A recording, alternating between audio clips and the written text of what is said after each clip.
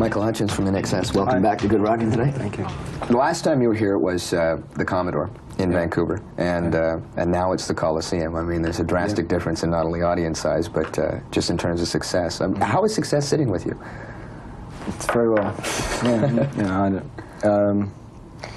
Everything's going great. You know, INXS is a funny animal. The more we just enjoy ourselves and almost indulge ourselves in a positive way, the more success we've had. So, pros and cons. Yeah, you know, we're very happy at the moment. You surprised? Well, I didn't think about it, so I'm not surprised either way. We just do what feels right and natural and what comes to us, you know. And it's boringly simple, sorry. But still, if you do something boringly simple and end up on top, that's it. What about pros and cons of it? Are you finding, are there problems to go along with the joy of being successful, as successful as you are?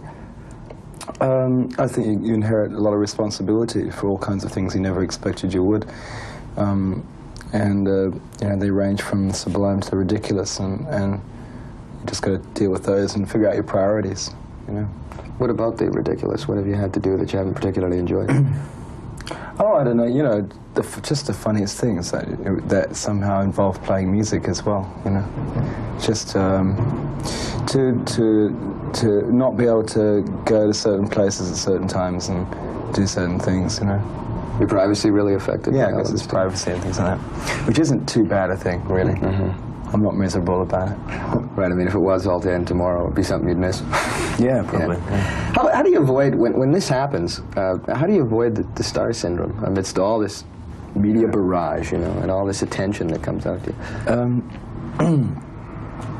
I don't know. I think that, for a start, we don't really have much of a star system in Australia, so it doesn't really work to be one.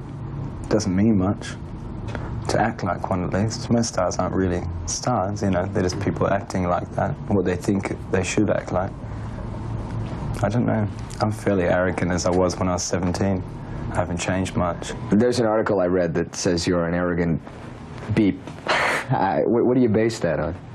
No, I think that I probably was worse years ago than I am now. I'm thinking, you know, I'm a pretty straightforward person. I'm interested in somehow maintaining something that I believe in, that's all, you know.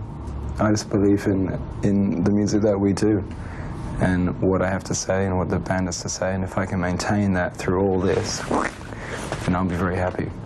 Tell me about Mediate and the thought that went into writing that song. Andrew had it around for a year or two, and he never showed it to us. It was a secret, and what's this? And helped, you know, so we write some more lyrics and let's put it together. And it just came out really fast, and we added it to, we sort of segued it to Need You Tonight. And then we ripped off the first film clip ever made, Bob Dylan's clip, and made that in a coal mine in Australia. You've lived pretty well all over the world. Where's home? Hong Kong. And when was the last time you were back there? About 3 weeks, 4 weeks ago.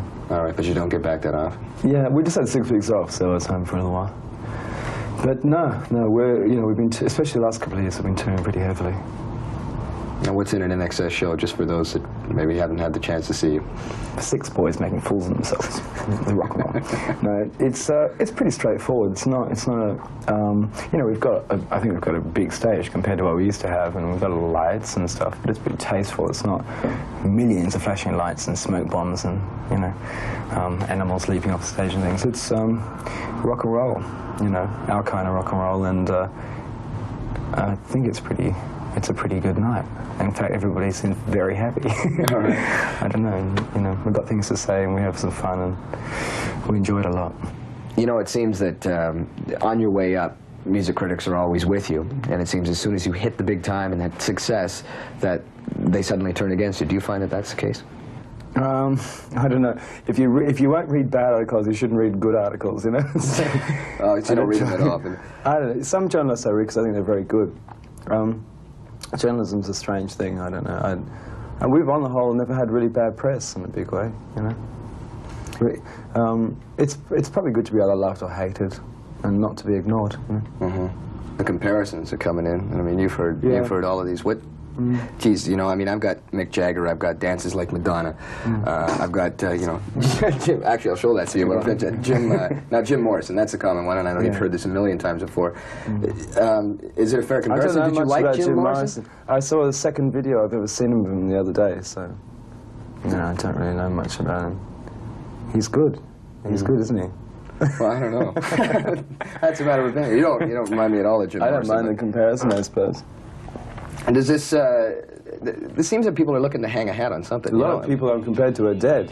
This is a dangerous thing, you know. I should take care of myself.